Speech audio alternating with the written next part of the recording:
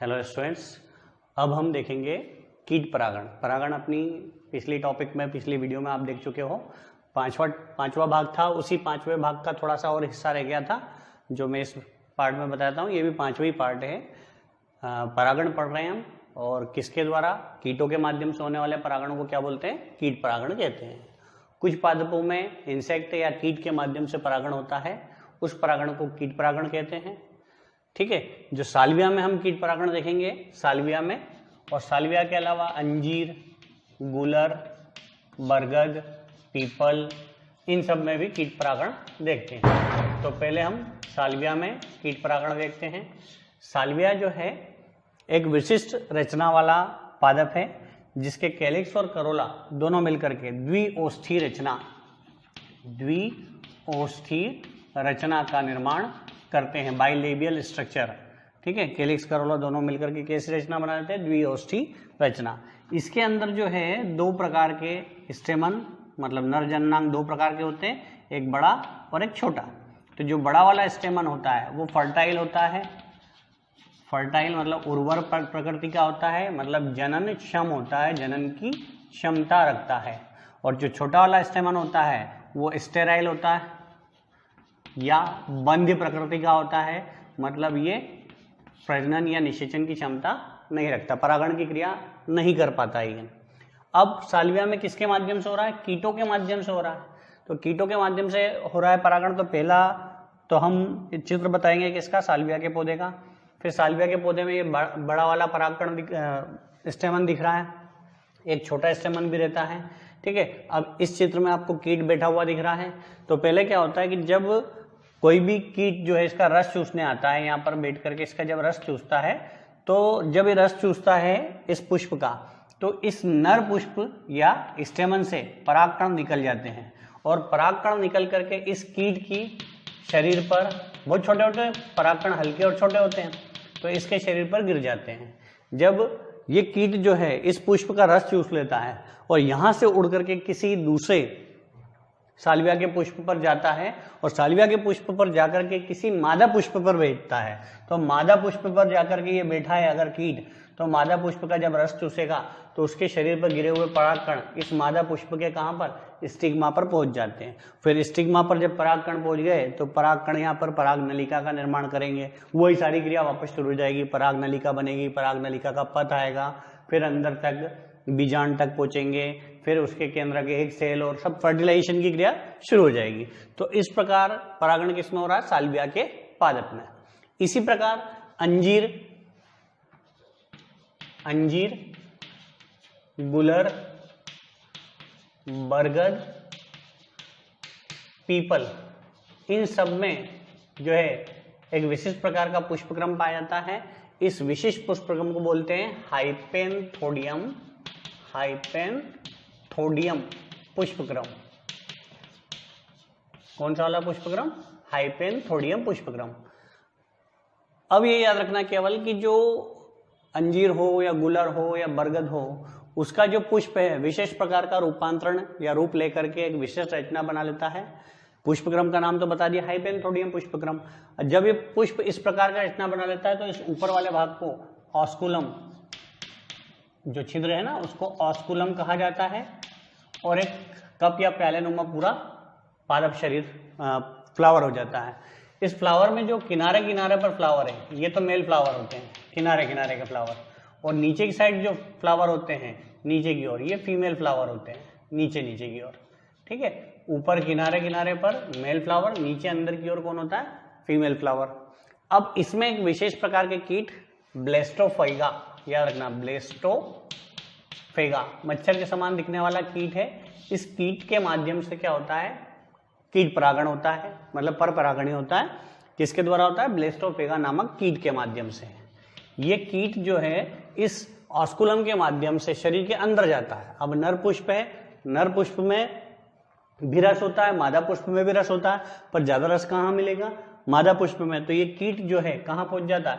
इस मादा पुष्प तक पहुंच जाता है कीट, और मादा पुष्प के रस को चूसता है, और वहीं पर ये कीट जाकर के क्या दे देता है? अपने अंडे दे देता है, अंडे छोड़ देता है। अब ये अंडा युक्त जो मादा पुष्प है जब अंडे के वजन के कारण ये मादा पुष्प क्या हो जाता है, फूल जाता है, और फूल करके कौन सा फ्लावर बना लेता है, गॉल फ्लावर। ये तो फीमेल फ्लावर है, ये मेल फ्लावर बना हुआ है, ये गॉल फ्लावर है। गॉल फ्लावर मतलब कि इसके कीट के जो अंडे है, उस अंडे के वजन के कारण फीमेल फ्लावर फूल जाता है और फूल करके एक विशिष्ट रचना बना लेता है, जिस विशिष्ट रचना को क्या बोलते हैं, गॉल फ्लावर। अब जब ये अंडे परिपक्व होते हैं और कीट में बदल जाते हैं, काय में बदल जाते हैं, कीट में बदल जाते हैं, तो ये कीट जो है यहीं पर पहले रस चूसता है, यहीं से पोषण प्राप्त करता है, और फिर यहां से पोषण प्राप्त करके इस ऑस्कुलम के माध्यम से यहां से निकल करके चला जाएगा।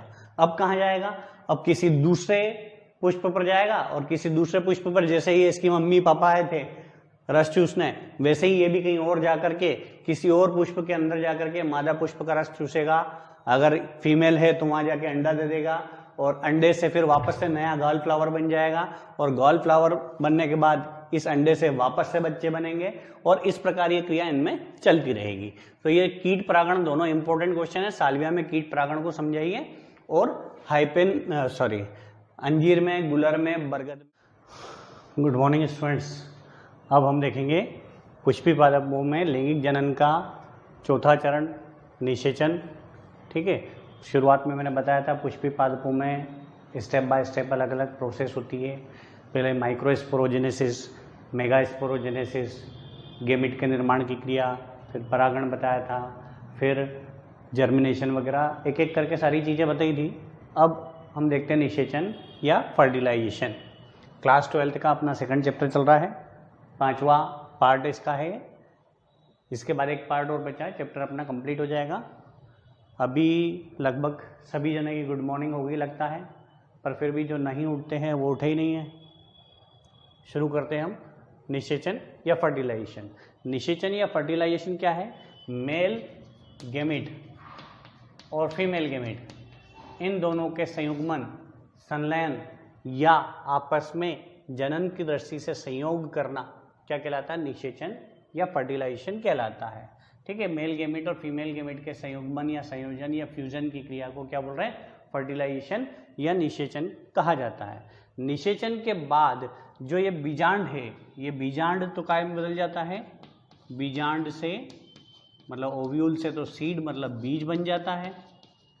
ठीक है, जायगोट से बताओ क्या बनता है, ऋषिका, शाबाश, लिख दो नीचे, जायगोट से भ्रूण बन जाता है।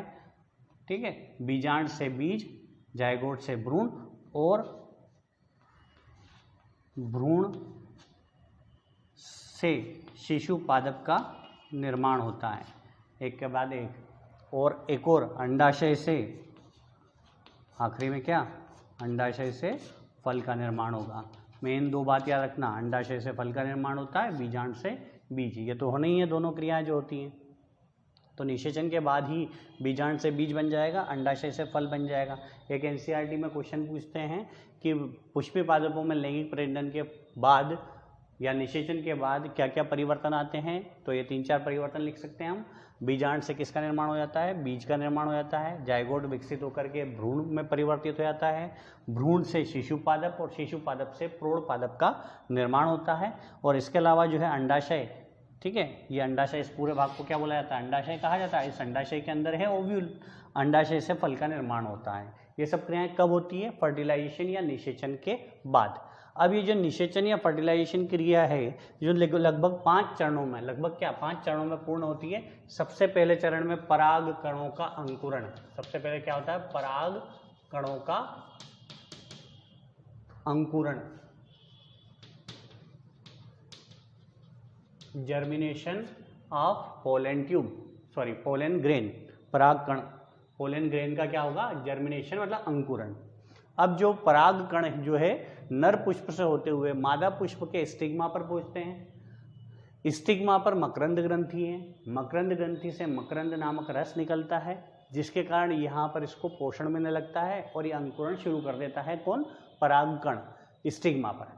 अब अंकुरण शुरू होने के पहले क्या होता है कि जो इसके अंदर की भित्ति, परागकण की संरचना मैंने बताई थी, परागकण की बाहरी भित्ति को एक्साइन और अंदर की भित्ति को इंटाइन कहते हैं। तो जो इंटाइन वाली भित्ति है, ये इंटाइन वाली भित्ति इस छिद्र से, इस छिद्र का नाम बताओ जल्दी से, हरिओम, नीचे लिख दो। इस छिद्र को क्या कहते हैं, एक्साइन वाली भित्ति के यहाँ पर पाए जाने वाले छिद्र का नाम पहले पढ़ चुके हो तो जल्दी से इस छिद्र का नाम बताओ। राहुल, हरिओम, कोई भी जल्दी से, जिनका नाम लूँ जरूरी नहीं वो ही बोले, सब बोल सकते हैं, आप स्वतंत्र हो।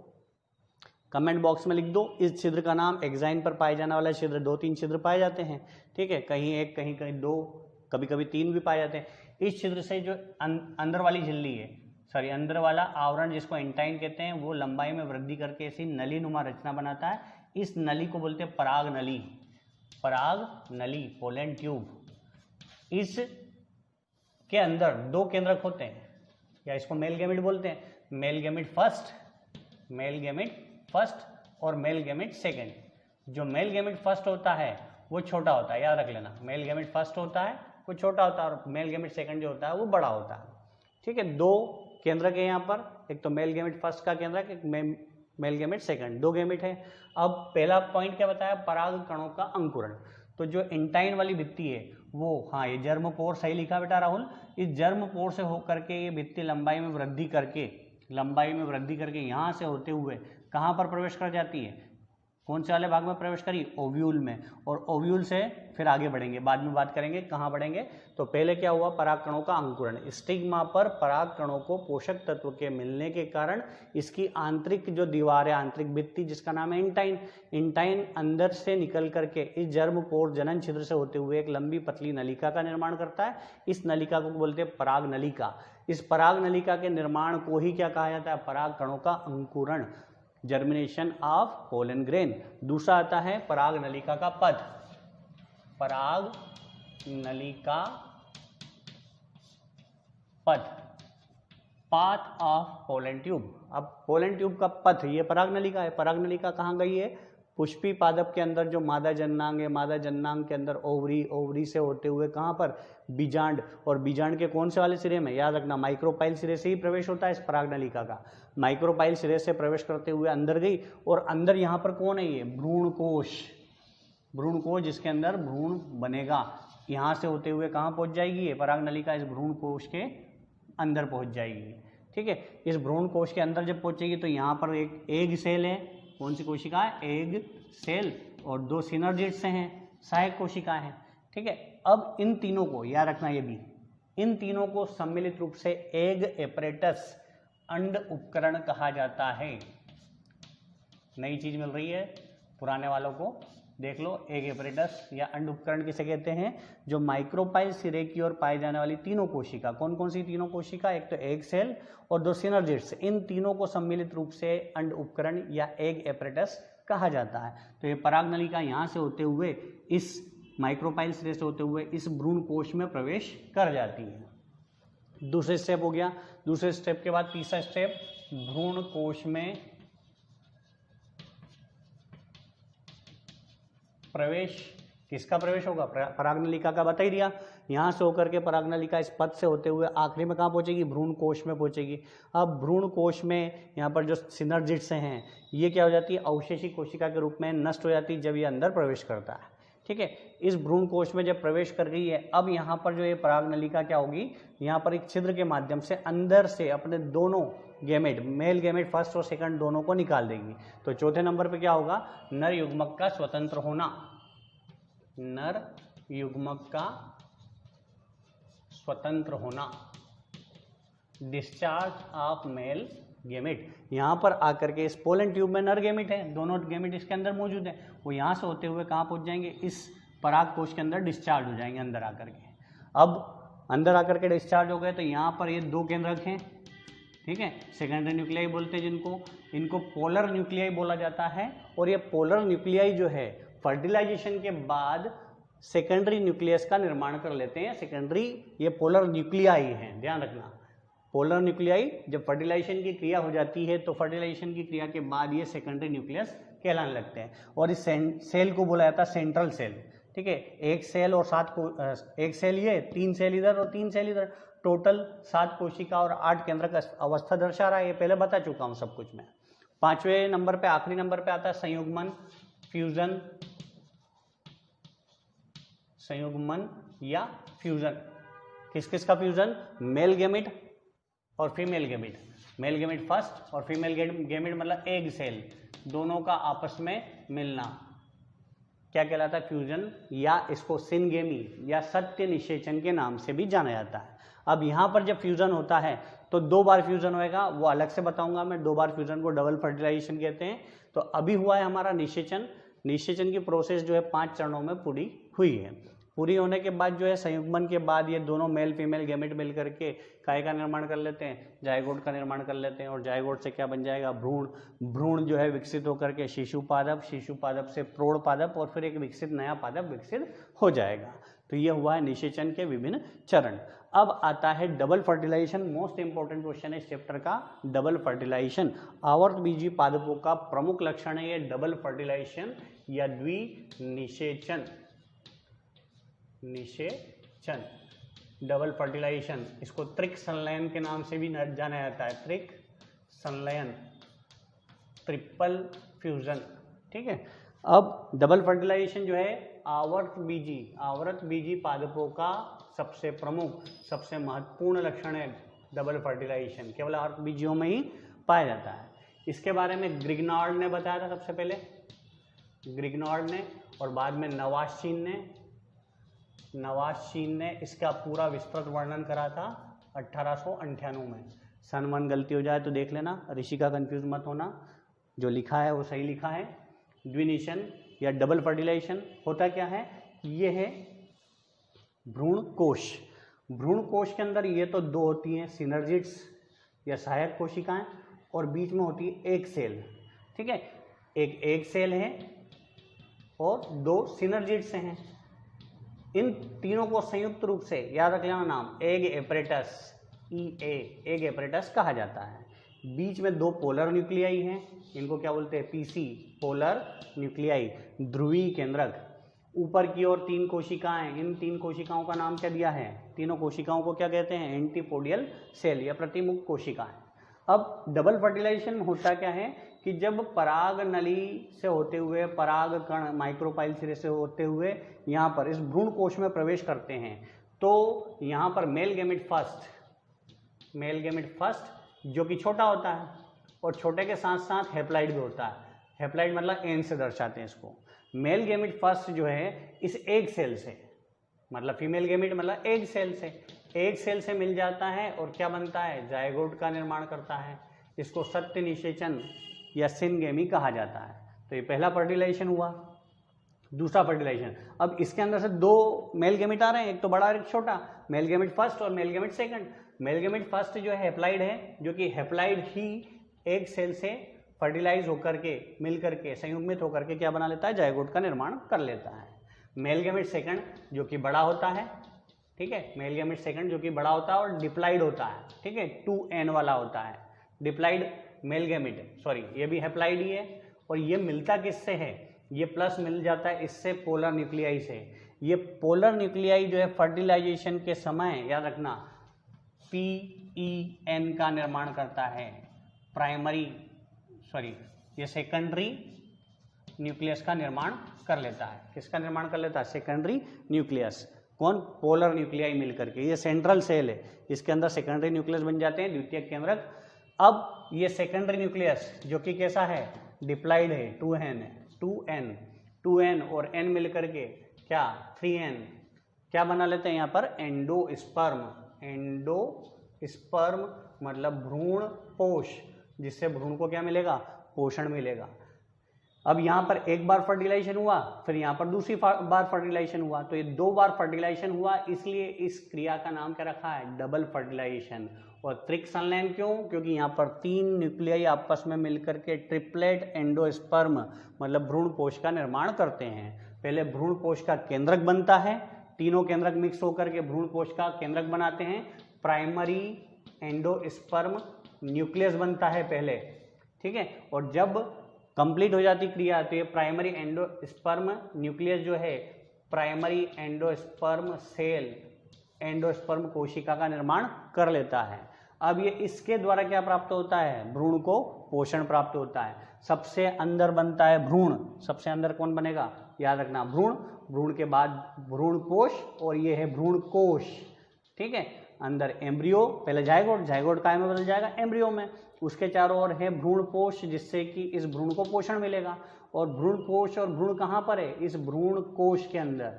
और भ्रूण कोश कहाँ है? इस ओव्यूल के अंदर।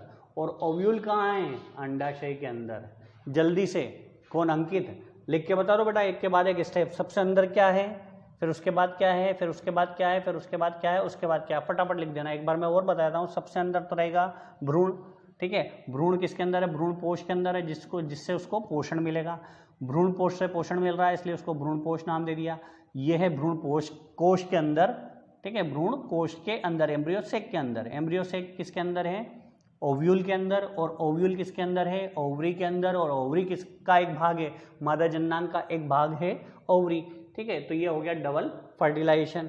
अब जब डबल फर्टिलाइजेशन होता है तो डबल फर्टिलाइजेशन से क्या फायदा होता है आवर्तबीजी पादप में? तो सबसे पहला ध्यान रखना फायदा कि आवर्तबीजी पादपों में डबल फर्टिलाइजेशन के द्वारा ही काय का निर्माण होता है? बीज का। क्योंकि अभी बता चुका हूं मैं, बीजांड से बीज बनता है। ये कब बनता है? फर्टिलाइजेशन के बाद ही बनेगा। और दूसरा फायदा होता है एंडोस्पर्म, भ्रूण कोश का निर्माण। बिना डबल फर्टिलाइजेशन के भ्रूण कोश का निर्माण हो ही नहीं सकता। भ्रूण कोश का निर्माण भी काय के द्वारा होगा? डबल फर्टिलाइजेशन के द्वारा। तो अपना ये टॉपिक अगला हुआ है फर्टिलाइजेशन और डबल फर्टिलाइजेशन। ये दो महत्व है डबल फर्टिलाइजेशन के, जो कि आपको याद रखना है। मोस्ट इंपॉर्टेंट क्वेश्चन है। अगला इसको पायल बताएगी। पायल, सबसे पहले डबल फर्टिलाइजेशन के बारे में किसने बताया था? सन सहित लिख दो जल्दी से नीचे। और किसी को कोई दिक्कत हो तो यहाँ पर भी पूछ सकते हो आप। कोई समस्या हो तो आप बोल दो, मैं उसको तुरंत वहीं के वहीं आपको उत्तर दे दूंगा। व्हाट्सएप पे मैसेज करके पूछने के बजाय आप यहाँ पर भी पूछ सकते हो, क्योंकि इधर से उधर जाना, बाहर निकलना, इसकी बजाय यहीं पर उत्तर दे दो। और रोज के रोज बिना बोले इसको लाइक कर दिया करो। विद्या रानी की कसम है तुमको, है ना। इसको लाइक करना है, अपने फ्रेंड्स को शेयर कर दो भाई अब तो, क्योंकि बिना नोट्स के और बिना मेरी बोली बात करे सारी चीज़ें तो समझ में नहीं आएगी। हाँ, वीडियो जरूर देख लेंगे सभी जने, पर हर चीज़ पूरी डिटेल समझ में नहीं आएगी, क्योंकि पढ़ने वाले बच्चे तो तुम पढ़ रहे हो और जिसको भेजोगे वो नहीं पढ़ने वाले होंगे, और नहीं पढ़ने वाले को इतनी आसानी से सारी चीज़ें समझ में आने वाली नहीं है। तो चाहो तो तुम किसी को भी शेयर कर सकते हो ये लिंक, कोई दिक्कत नहीं है मुझे। इसके आगे जो बचा है वो अगली वीडियो में हम कंप्लीट कर लेंगे। Thank you.